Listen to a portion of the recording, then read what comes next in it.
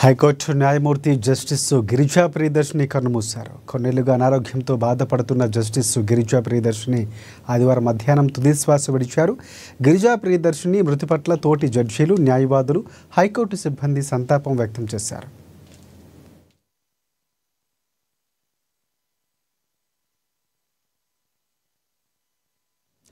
ఇక ఏపీలోని విశాఖపట్నానికి చెందిన గిరిజా ప్రియదర్శిని 1995లో లాయర్గా ఎన్రోల్ అయ్యారు. విశాఖ జిల్లా కోర్టులో 7 ఏళ్ల పాటు ప్రాక్టీస్ చేశారు.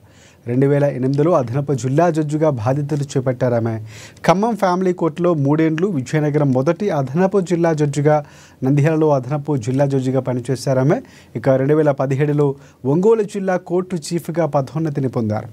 ఆదిలాబాద్ జిల్లా కోర్టు చీఫ్గాను జడ్జిగా పనిచేశారు. ఇక ఆ తర్వాత కరీంనగర్ జిల్లా కోర్టు చీఫ్ జడ్జిగా పనిచేశారు ఆవిడ.